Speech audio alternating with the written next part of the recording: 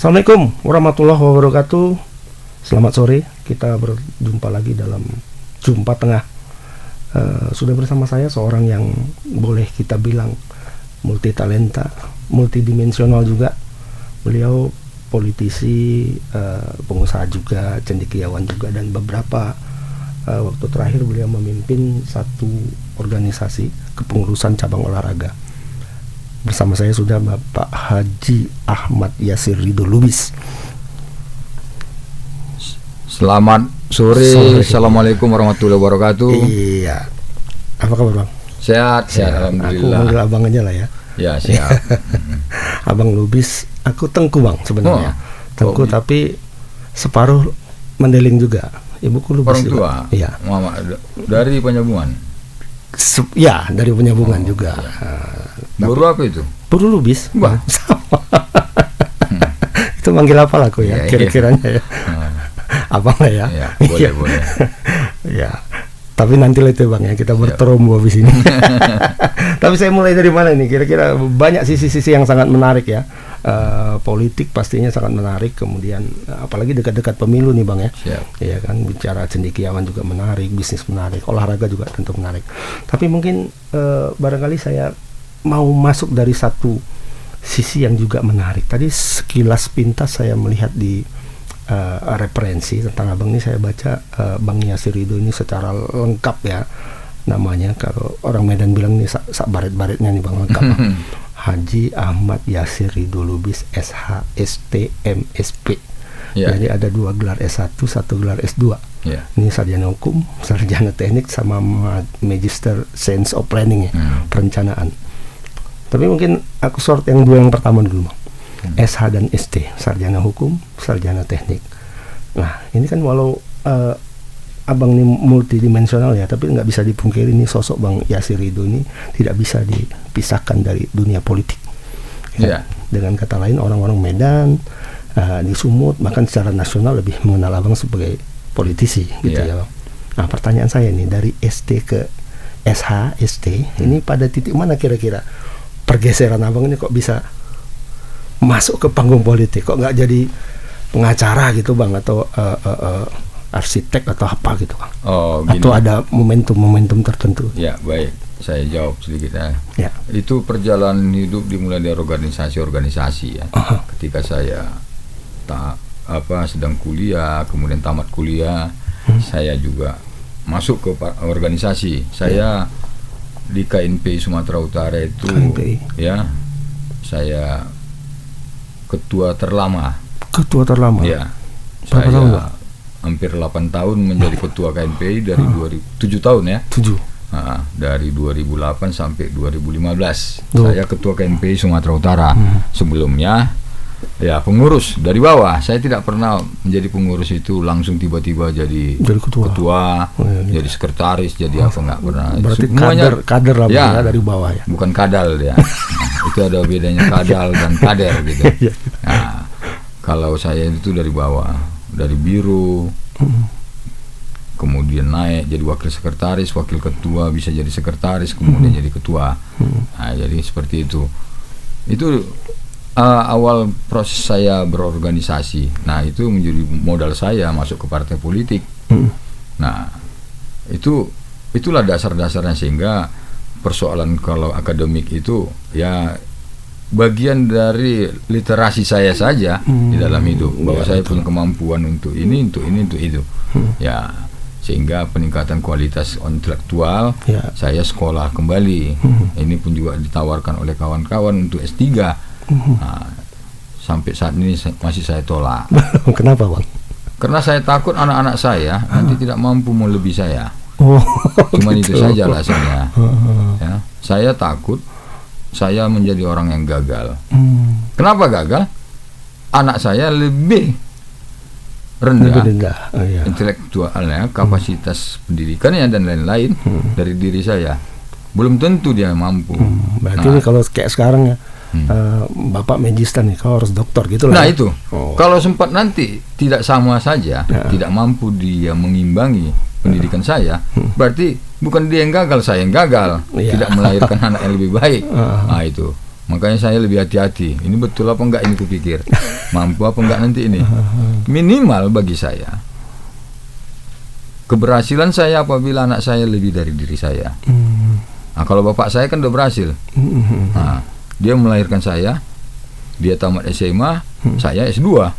Melampaui dari dirinya. Yang berhasil itu bapakku, bukan aku. Gitu. Nah, itu orang tua saya yang berhasil. Bapak ini juga Bang, politisi juga kemarin. Bapak saya sebenarnya PNS, kemudian PNS di masa lalu itu kan bagian dari partai politik, namanya Partai Golkar. Betul. Nah, jadi bapak saya juga otomatis lu itu ya. Nah, pastilah karena ya bapak saya juga mempunyai kartu Golkar ya kan. Nah, kemudian beliau juga di tahun 71 sampai 77 itu aktif di Partai Golkar dan mencalonkan diri di 77 menjadi calon anggota DPR. Nah, lebih hebatnya lagi ya, dia nggak pernah menang gitu. Karena nomor sepatu terus gitu, di masa lalu.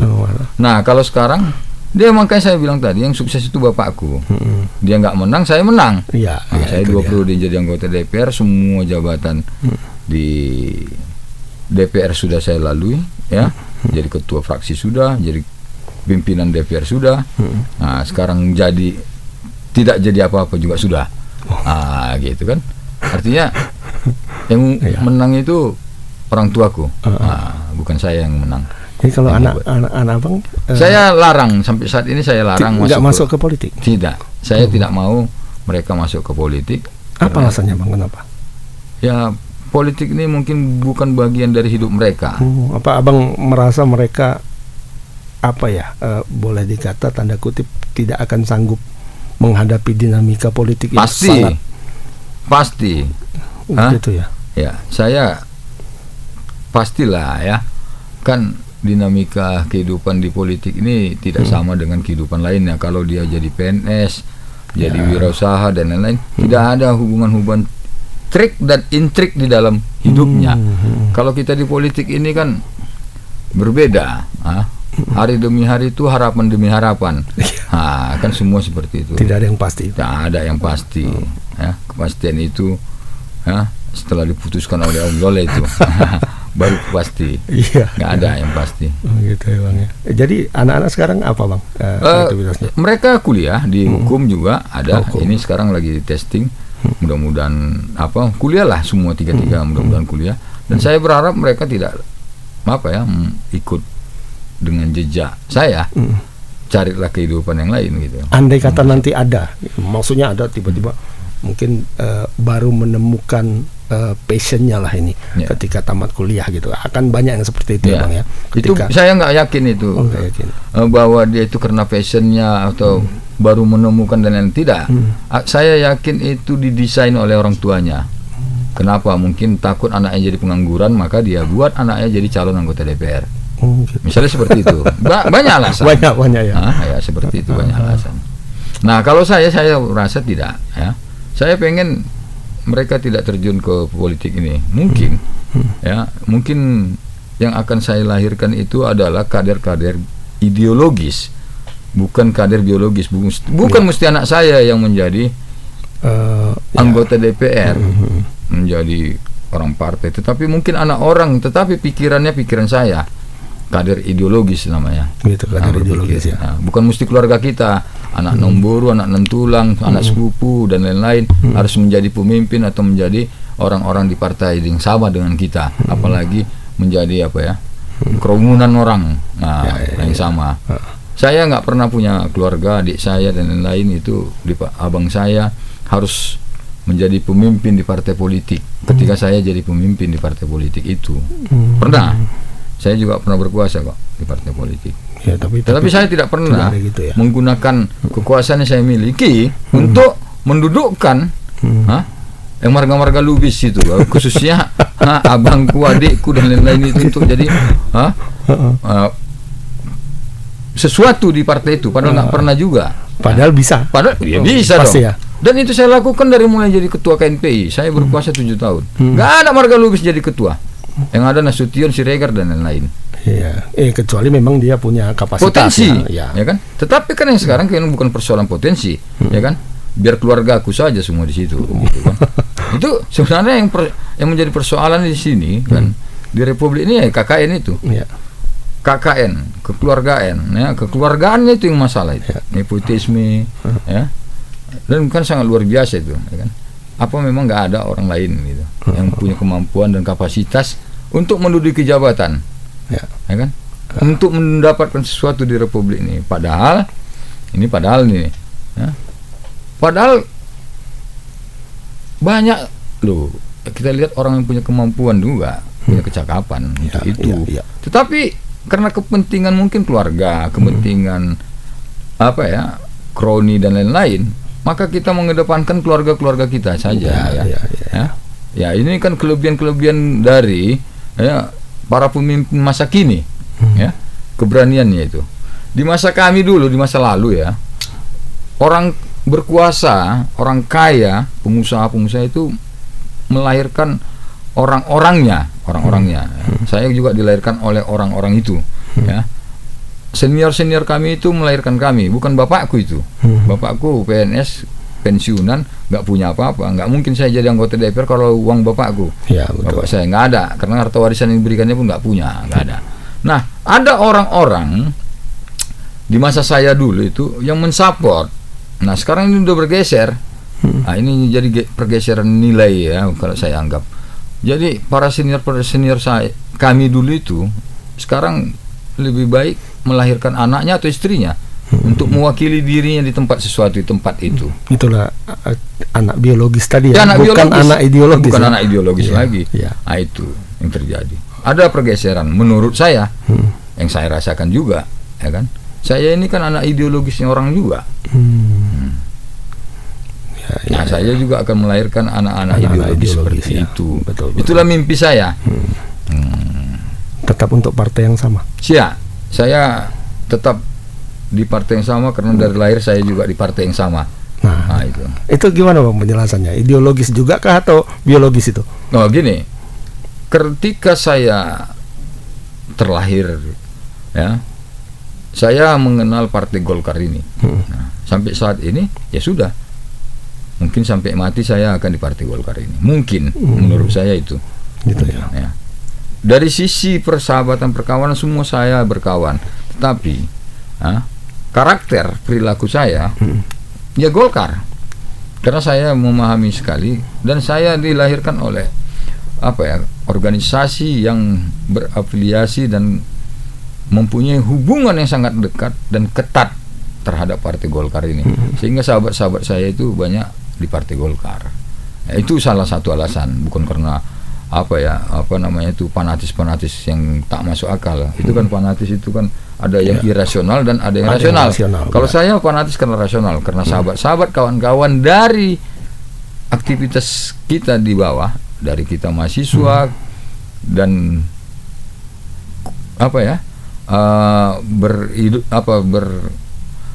dengan masyarakat, berinteraksi dengan masyarakat selalu dengan orang-orang yang di Partai Golkar. Itu aja. Itu berarti, mungkin membuat saya Berarti latar belakangnya itu ideologis itulah ya Bang ya. Iya, karena itu saja. Jadi ideologis yang rasional, bukan irasional. Iya. Walaupun mekanisme bukan mekanisme. Sepertinya kalau kita mengikuti lah bagaimana sepak terjang Abang di Golkar ini ya. Kayak roller coaster gitu bisa kita bilang naik turun. Nah, ketika naik mungkin Abang memimpin Partai Golkar, kemudian juga menjadi anggota DPR di Sumut ya, DPR di Sumut. Nah, kemudian ketika roller coasternya itu turun, ada nggak yang nawar-nawarin Abang itu Bang? Untuk kalau ditawari ya biasa. Kesini aja lah gitu. Transfer pun ada. Transfer. Kalau pemain bola kan ada transfer itu kan. Saya sudah berkali-kali ditawarkan itu transfer pemain katanya kan. Gitu. Nah, biasa itu kan biasa. Tapi kan tidak juga kita harus menerima hal seperti itu. Kan ada juga kelemahan sendiri saya, mungkin itu saya lebih setia ada orang mungkin itu. Nanti kalau aku pindah macam mana perasaan kawan-kawan yang di sini dan lain-lain ada ya mungkin juga itu habitat lah ya. Itu yang pertama. Kemudian yang kedua, mungkin sebagian dari perjalanan hidup saya sudah di partai itu, sehingga saya sangat memahami apa yang dikatakan ikrar pancabakti Partai Golkar dan lain-lain itu. Bukan hanya memahami, ya saya juga menerjemahkannya dalam kehidupan, ya kan. Memahami itu secara memahami dan mempraktekkan ya. Iya, seperti itu. Mungkin yang sekarang ini belum tahu itu, mungkin ya. Ada juga yang nggak tahu itu, Bang. Saya yakin banyak yang nggak tahu. Ya. Gitu ya. Ya, seperti itu. Apa ya? Bagaimana Partai Golkar berjuang, filosofi Partai Golkar dengan karya kekaryaannya dan lain-lain itu. Mungkin banyak yang nggak tahu. Sehingga jadi aneh perilaku Partai Golkar itu jadinya. Karena memang nggak tahu, wajar orang nggak tahu, nggak bisa disalahkan. Yang salah kenapa dia orang nggak tahu bisa jadi apa ya sesuatu gitu. Benar. Itu yang salah. Berarti sekarang udah nggak ada lagi lah ya, apa itu ya, Bang ya, transfer itu ya. Karena kalau saya tidak. Kayaknya kan udah stabilnya, Bang, di Golkar lagi ya. Ya, saya tetap di Partai Golkar itu ya. Pasti tetap di Partai Golkar dan ini kemungkinan dicalonkan ya. Iya. Mungkin dicalonkan di DPR RI. Rencananya di Sumut 1 ini, Kota Sumut Medan, 1. Deli Serdang, Serge dan Tembing. Wow, itu kayak kalau di Liga Champions ini grup neraka ya, Bang. Neraka kata orang gitu. Menurut Abang? Enggak, biasa-biasa enggak aja. Ya? Apa alasannya, Bang? Nah, saya ini lahir, besar, tumbuh dan berkembang. Insya Allah mati di Sumatera Utara dan Kota Medan. Mungkin itu berbeda dengan orang lain, yang calon-calon yang lain itu. Saya ini lahir, besar, tumbuh dan berkembang di Medan. Ya, insya Allah meninggal mungkin di Kota Medan. Itu modal dasar saya. Jadi saya punya modal itu kan pertama Allah Ta'ala, yang kedua kawan.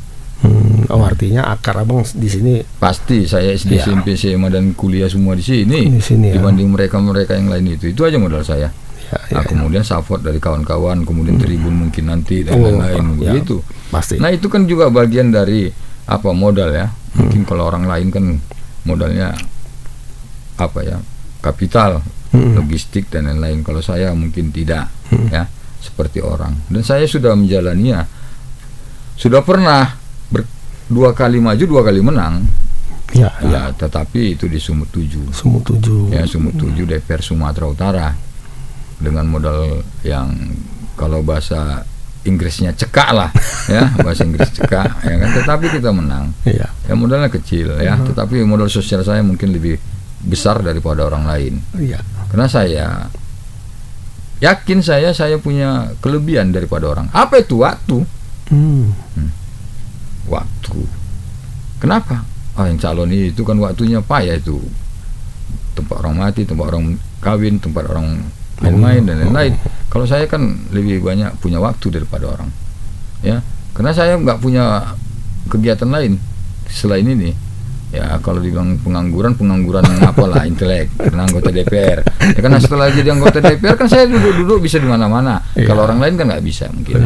Karena terbatas protokoler dan lain-lain. Kalau saya kan tidak. Kalau Adinda nanti mau ketemu saya jam 3 pagi saya siap. Kalau orang lain nggak bisa.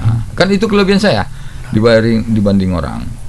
Jadi aktivitas dan kreativitas saya di dalam berinteraksi dengan masyarakat mungkin lebih banyak daripada orang lain. Itu kan modal yang sangat luar biasa. Ya. Nah, kemudian mungkin dorongan kawan-kawan. Saya merasa dan meyakini bahwa kawan-kawan ya menginginkan saya untuk maju jadi anggota DPR RI. Ya, mungkin itu harapan kawan-kawan. Kalau saya sesungguhnya pengennya pensiun kemarin itu. Pensiun ya. Sudah lelah kah atau bagaimana? Lelah dan lain-lain lah ya, saya rasa. Dan saya mengambil pengabdian lain ya kan. Tetapi banyak kawan ya, kau udah sukses gitu ya. Kau udah selamat. Karena kami sini sesungguhnya dulu kan dari orang yang tak punya. Kaum apanya kami? Kelompok marginal kalau katanya Bu Mega itu kan apa namanya kami ini? Apa ini? Wong cilik ya. Nah, kelompok marginal ya. Kalau bahasa Inggrisnya proletar dan lain-lain. Ya. Nah, saya ini bagian yang mewakili itu ya, mewakili kelompok marginal itu yang pengen jadi anggota DPR. Dan saya sudah buktikan bisa menjadi anggota DPR di Sumatera Utara 2 periode. Ya modal kecil lah saya bilang ya kan. Nah hari ini mungkin kawan-kawan pengen juga membuktikan itu, bisa menjadi anggota DPR RI ya, dengan modal dasar yang minim ya. Cekak lah kita bilang, tetapi punya modal yang lebih besar. Apa itu? Manusia, sumber daya manusia ya. Itu yang saya miliki. Yang kedua ya sedikit ada otak lah, mempunyai kemampuan intelektual dan lain-lain, bisa berdiskusi dan cakap-cakap seperti ini. Nggak semua juga anggota DPR nah, apalagi calon anggota DPR mampu ya kan. Nah ya itu kan dianugerah dari Tuhan. Ya. Jadi kalau kita mau berdiskusi dan dengan dengan masyarakat, saya yakin saya lebih mudah untuk meyakinkan masyarakat bahwa saya punya kemampuan. Ini loh kemampuan saya, bukan mobil ini dan lain-lain ya. Itu kan semua orang bisa lah ya kan. Tapi kalau untuk bisa berdiskusi dan lain-lain bagi masyarakat, belum tentu semua mampu dan saya meyakini bahwa masyarakat pemilih di Kota Medan, Deli Serdang, Sergi dan Tebing ya pasti lebih mengedepankan pikirannya dan hatinya dalam menentukan pilihan. Saya meyakini itu. Kalau program-program yang sudah ada nggak Bang sekarang Bang kira-kira selain ini tadi kan modal dasar Abang ini pertemanan dan sebagainya itu oke ya. Program kampanye lah katakan begitu, apakah sudah ada Bang? Ini kan bagian dari kampanye nih. Oh ya, ini ya. Kan seperti itu. Nah, jadi kalau itu sebenarnya kita kan dibatasi ya. Oh ya, belum. Kita kan dibatasi, tetapi sosialisasi kita kan selalu kita lakukan dengan cara-cara seperti ini dan lain-lain kan. Walaupun tidak secara resmi ya, pastilah kita lakukan itu. Ya, kalau melakukan pendekatan dan lain-lain kepada masyarakat, saya rasa semua bisa kita lakukan. Apalagi sekarang ini kan memang musimnya atau masanya teknologi seperti ini ya, melalui podcast, TikTok dan lain-lain itu kan sangat berpengaruh. Selain itu adalah serangan darat lah, datang ke hadapan masyarakat secara langsung kan. Ya pasti saya lakukan, mendekati rakyat ya, mesapa rakyat ya, dan lain-lain. Tapi yang saya ingin sampaikan bahwa saya selalu menawarkan pikiran.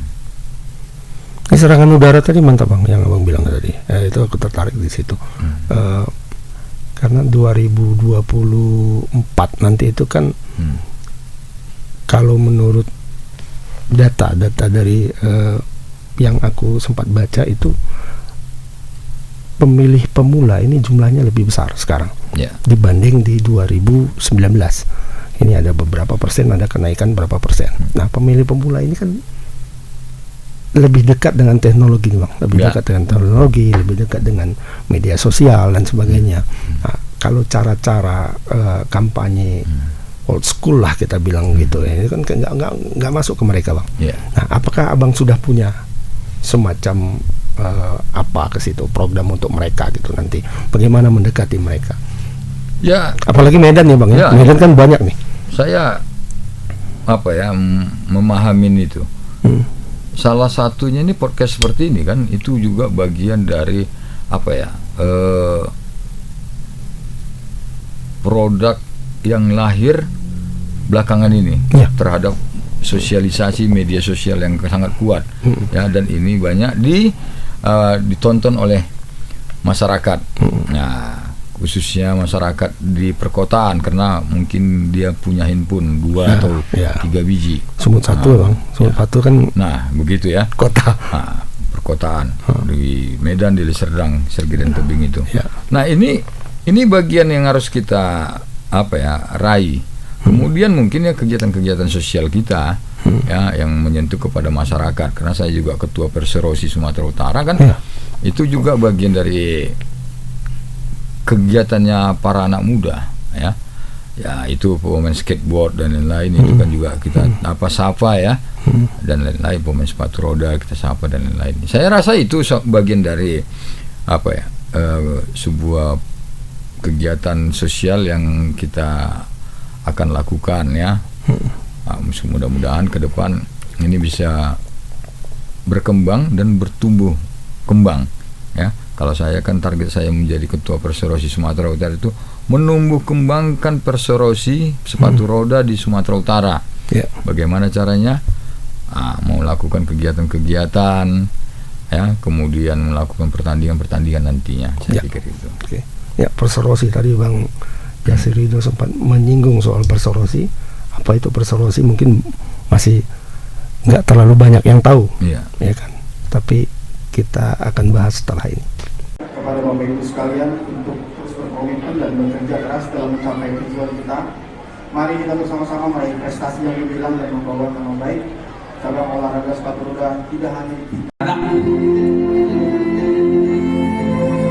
Jangan baru ditakut-takutin orang Intel dan ketakutan putih. Bertepuk tangan semua dunia ini supaya Derek Leman ini lebih banyak pada saat dia juara. Mari airnya. Mari airnya.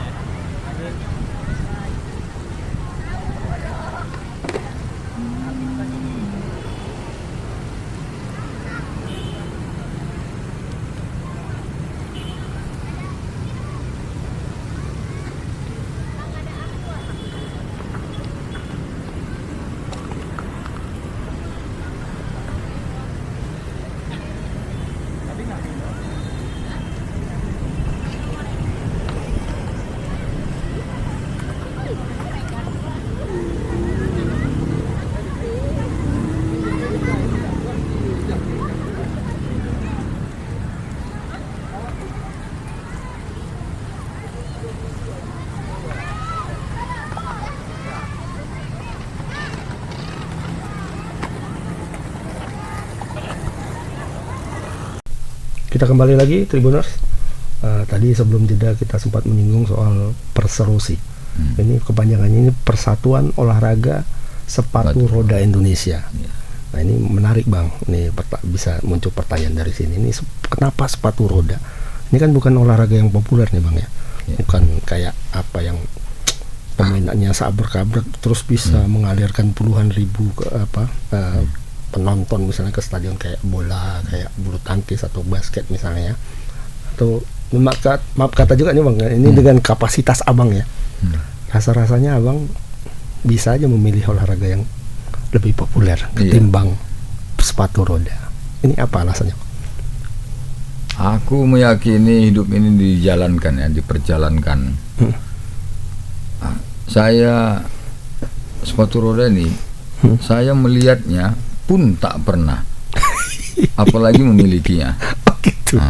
Sejak sepatu roda masih roda 4 gitu. Iya, karena bapakku mungkin nggak punya cukup uang untuk membelikannya kepada saya dulu. Oh, iya. Ya. Nah, saya juga heran ketika ini bisa terjadi. Tapi itulah yang dijalankan. Mana bisa kita menolak takdir? Ya. Karena begitu besar harapan kawan-kawan, ya, khususnya masyarakat sepatu roda di Sumatera Utara. Karena situasi mereka ya, yang sudah 3 tahun tidak punya pemimpin dan lain-lain ya, saya diminta mereka untuk menjadi pemimpin di mereka. Ya tujuannya untuk memperbaiki ya, mungkin ya, memperbaiki Perserosi Sumatera Utara supaya lebih baik. Ya itu sebuah tantangan baru bagi saya, karena itu sebuah kehidupan baru. Karena saya tak pernah berpikir bisa menjadi pengurus sebuah persatuan olahraga. Karena itu memang tidak pernah menjadi habitat saya. Karena saya pun tak pernah berolahraga. Kan gitu. Jadi hobi apa Bang? Hobi olahraga apa? Saya mencatur aja. Mencatur. Berpikir ya, itu aja.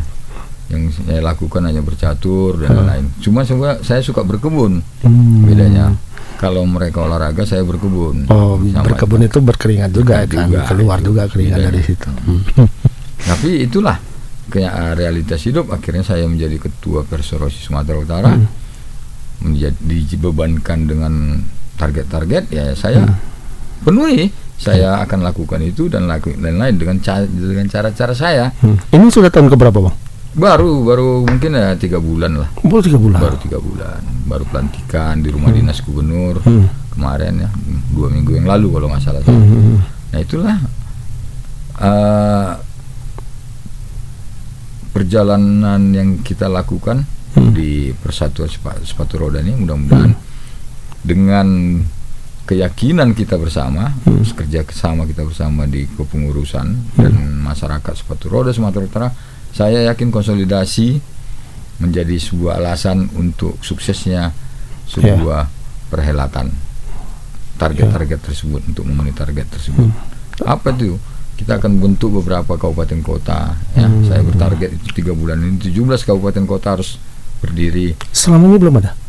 Insya Allah baru Medan dan Medan ya, yang masih hidup itu hanya Medan, yang lainnya nggak nampak. Nggak ada. Nggak. Berarti 1 yang nampak itu baru 1.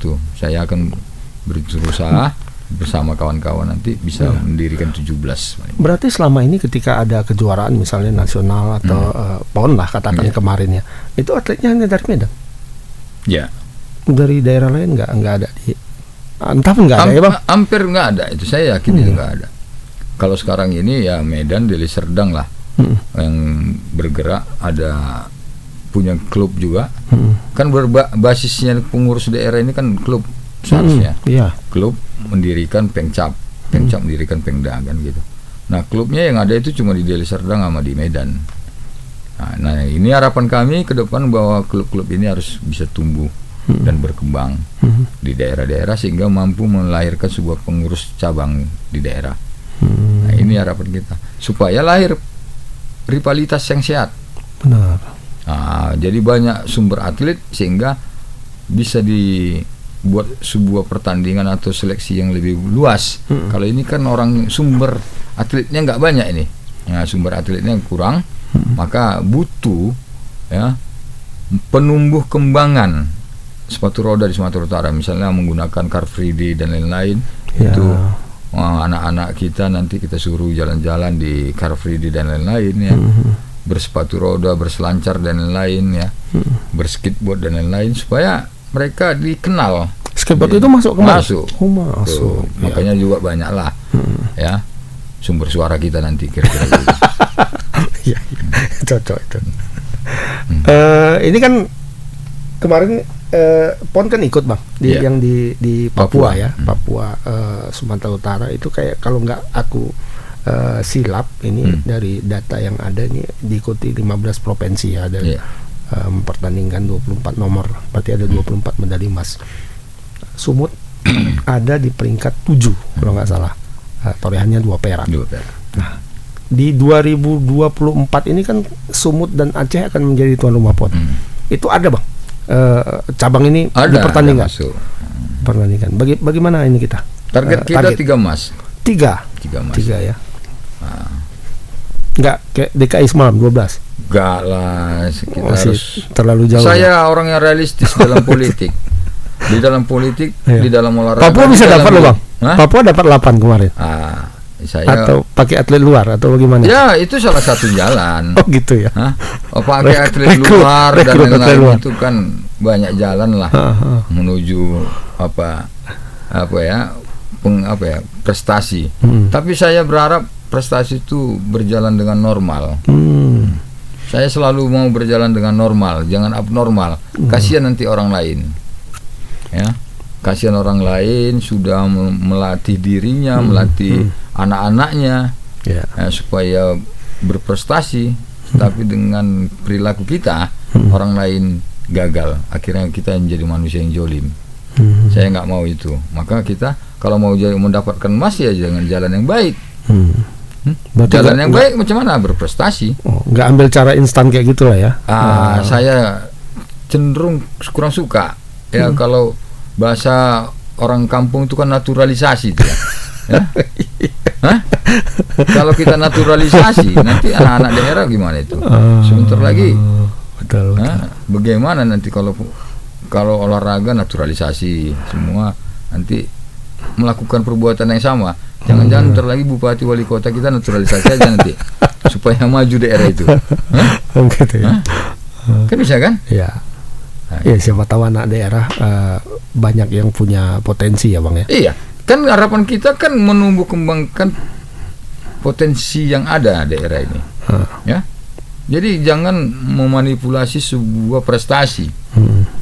Kan kalau kita memanipulasi sebuah prestasi, kita pengen berhasil menjadi atlet PON. Ya cari aja lah atlet DKI bayar. Iya. Nah, seperti itu kan. Selesai. Kan targetnya cuma prestasi atlet, prestasi PON itu kan. Kecenderungannya selama ini gitu kan. Nah, itu yang saya tak suka. Saya kan suka melanggar juga. Saya suka melanggar kebiasaan. Ya. Ikan besar itu kan melawan arus. Nah, jadi saya juga berpikir melawan arus pikiran orang yang ada. Yang biasanya begitu. Saya nggak suka. Nah, jadi saya pengen normalnya kita menjadi pengurus olahraga, mengurus anak-anak kita supaya berprestasi. Bagaimana caranya? Nah, itu. Jadi jangan memanipulasi karena pengen Sumatera Utara mendapatkan emas. Nah, udah cari jalan yang pintas. Terus apa gunanya ada pelatda? Terus apa gunanya ada atlet? Ada pengda, cabang olahraga itu. Lebih bagus tahu saya diadakan. Sewa saja pemain baru, pemain luar kan. Itulah naturalisasi dan lain. Jadi ya. Nah, pemain yang dijadi. Apa guna kita melakukan sebuah sebuah kepengurusan? Sama semua kehidupan ini begitu juga itu. Ya kan? Banyak orang mau menjalan instan kan. Nah, terakhirnya pasti menyakiti orang lain. Benar. Pelada sekarang udah jalan, Bang? Pelada udah jalan. Udah bertahun nih. Mudah-mudahan kan dekat lagi nih Bang. PON sekitar 2024. Walaupun saya 1 tahun lebih lah. Ya, antara percaya dan tak percaya dengan melihat situasi kondisi keuangan daerah, keuangan nasional dan lain. Apalagi situasi politik. Ya, memang sangat berdekatan dengan pemilu. Luar biasa itu. Ya, ada kemungkinan diundur menurut Abang? Menurut hematku begitu. Ya, coba bayangkan kalau dia pemilihan presiden misalnya 2 putaran. Ya. Nah, misalnya 2 putaran. Nah, itu sudah makan waktu. Ya kan? Kemudian kita persiapan lagi pilkada. Jadi sangat luar biasa lah sibuknya bangsa ini di tahun 2024 menghabiskan energi yang sangat luar biasa di perhelatan politik, kemudian perhelatan olahraga. Tumpah ruah lah seluruh energi di situ. Saya yakin itu. Kemungkinan ya. Venue-nya juga belum siap. Kalau itu mudah lah, kalau itu bisa mau dibangun 1 tahun bisa selesai kan. Dikebut ya. Cuman gimana ya persiapan orang ya, pikiran orang. Konsentrasi nggak ke situ ya Bang.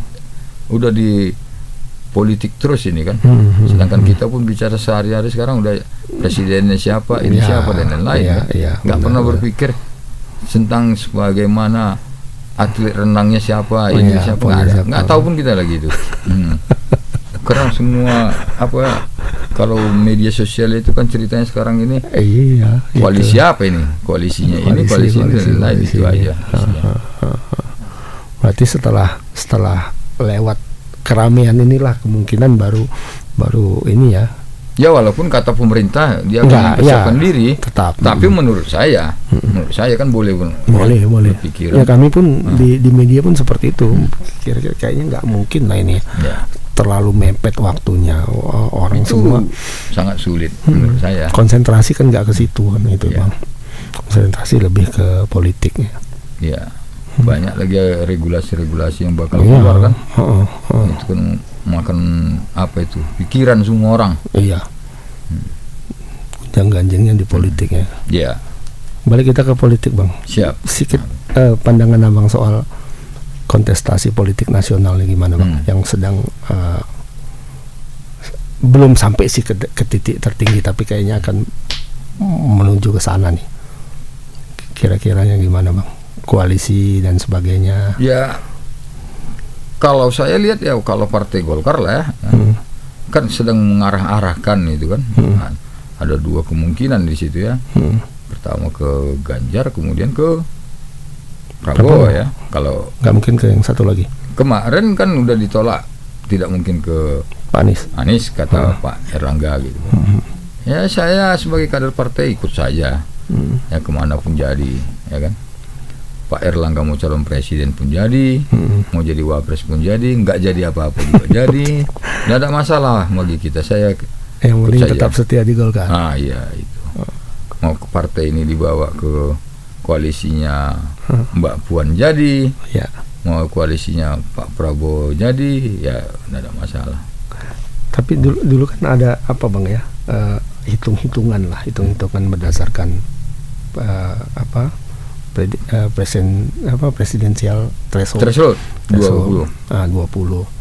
Nah, dari hitung-hitungan itu ada kemungkinan bahkan lebih dari 3 pasangan calon. Ya kan? Menurut Abang itu masih memungkinkan nggak dalam situasi seperti sekarang? Kalau hitungan matematikanya begitu, kan? Kalau sekarang PDIP 21% udah sendiri bisa itu. Ya, sendiri. Jalan dia masuk P3 pun sekian 25 kan. Masih ada selisih 75. Kan dari hitungan-hitungan matematika. Iya. Nah, matematikanya begitu. Prabowo nanti sekian 20, ini sekian 20 kan gitu. Iya. Ya, pasti ada selisih, ada apa ya? Jumlah yang bisa melahirkan sebuah calon lagi kan gitu. Tapi faktanya kan kita lihat sampai saat ini calon yang dikatakan calon itu yang keempat itu kan belum ada juga sampai detik ini. Nampak, ya. Nah, sampai saat ini. Dan saya merasa cenderung tak yakin ada calon keempat lagi. Bisa jadi 2 malah. Bisa 2, bisa 3, ya. Dengan situasi yang sekarang ya, gambarnya sekarang. Kalau 3 kan sepertinya kalau menurut hitung-hitungan kan potensi terbesarnya 3. Potensinya 3, tapi kan bisa jadi 4, bisa jadi 2 gitu. Iya, gitu. Ya kan?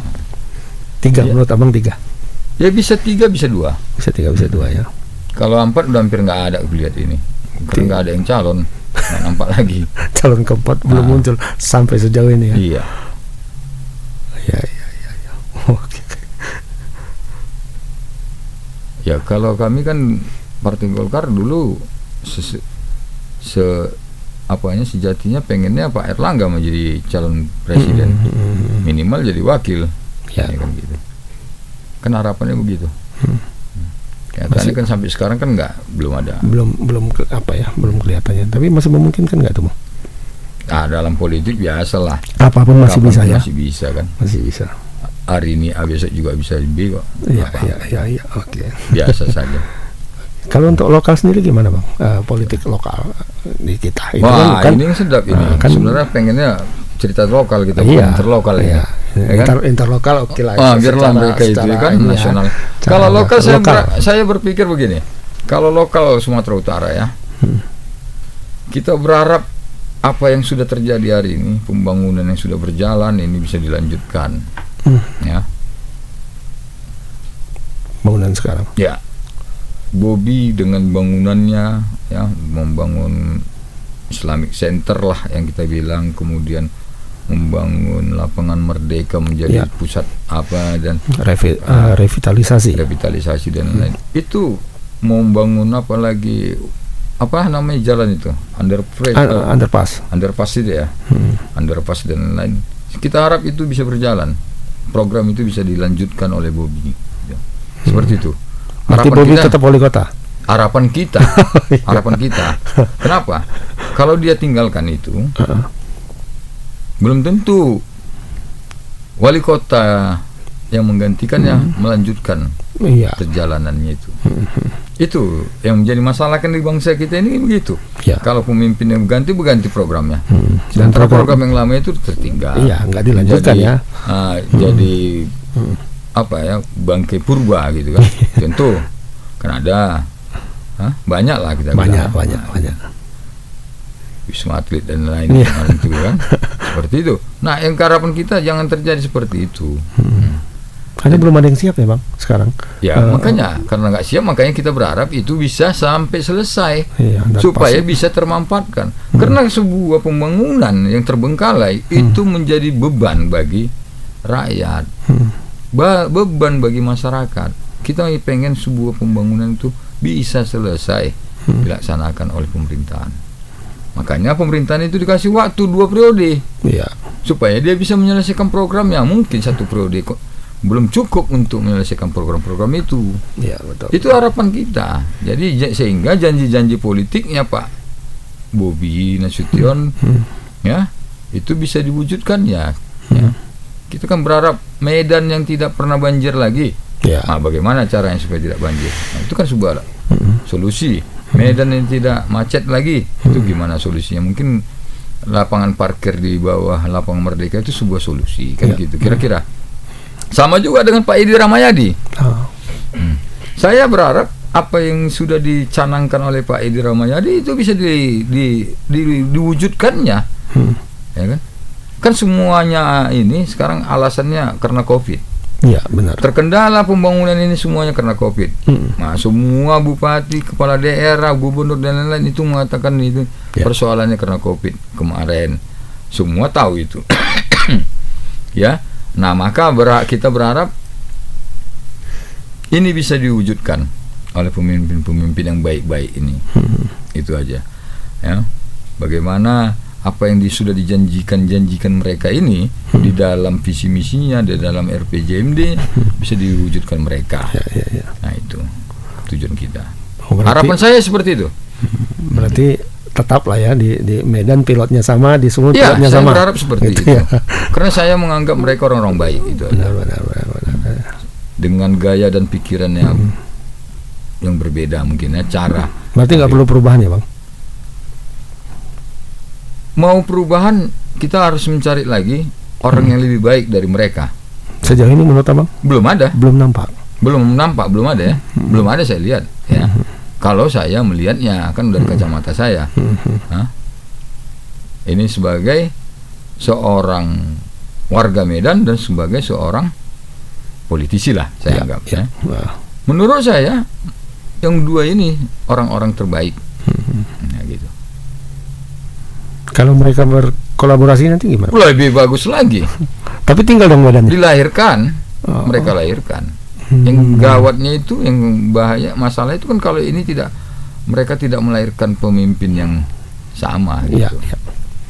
Antitesisnya jadinya. Nah, kan berbahaya. Iya. Dia buat A, kita buat B bos katanya. Nah, kan kacau. Akhirnya program yang sudah jalan Program yang sudah terbengkalai. berjalan batal. Ya. Kenapa? Pemimpin itu kan harus bisa menyelesaikan apa yang sudah dia janjikan dan dia sampaikan. Ya. Itu kan ada, ya. Bukan kepentingan pribadinya itu. Saya ingin mengasih sedikit contoh tentang Edi Rahmayadi. Ya. Pembangunan 2,7 triliun APBD Sumatera Utara itu Jalan. sebuah Ya, iya, jalan itu ya. Mhm. Itu kan sebuah hal yang sangat luar biasa Ya. bagi rakyat Sumatera Utara. Apakah Edi Rahmayadi pernah menikmati jalan yang ke Nias itu? Enggak. Apakah dia menikmati jalan yang ke sana? Itu tidak, tapi yang menikmati itu rakyat. Dan itu tidak pernah dilakukan gubernur-gubernur sebelumnya. Itu pikiran yang baik. Ya, seperti itulah seharusnya calon pemimpin itu. Yang dia pikirkan rakyat yang di daerah itu. Apa set efek dari itu? Akan terjadi pertumbuhan ekonomi. Kenapa? Ya. Karena jalan-jalannya lebih baik. Sudah lebih bagus. Nah, itu dia. Sebenarnya itu yang harus kita Waktu support. tempuhnya lebih ini ya. Iya, jadi lebih pasti, ya kan? cepat. Ya. Contoh kita mau ke Brastagi sekarang dari Kota Limbaru dan lain-lain, itu kan dulu nggak ada, sekarang sudah ada. Itu kan fakta. Ya. Nah, seperti itu. Jalan ke kampung saya lah, misalnya kan, di Natal. Natal ke Batan itu bisa 4 jam sampai 4 jam setengah, kadang 5 jam. Padahal waktu tempuhnya seharusnya itu hanya cuma 30 menit, 45 menit harusnya sampai. Karena jalan rusak. Karena juga jalan lama. rusak, jembatan nggak ada. Sekarang udah ada. dibangun. Oh. Bapak Edi Rahmayadi itu, makanya saya berterima kasih kepada pikirannya itu, walaupun itu dorongan saya. Ya, saya juga kan memikirkan rakyat saya, janji-janji Ya, benar, politik saya, bahwa saya pengen sebuah pembangunan. Nah, dan itu diaminkan beliau. Oh, kalau gitu itu jalan provinsi iya. Kenapa? Di situ ada namanya Pelabuhan Palimbungan Ketek. Itu aset negara, aset pemerintah yang sudah dibangun, sebuah pelabuhan. Tapi jalannya nggak ada ke arah situ. Itu kan nggak masuk akal. Ya.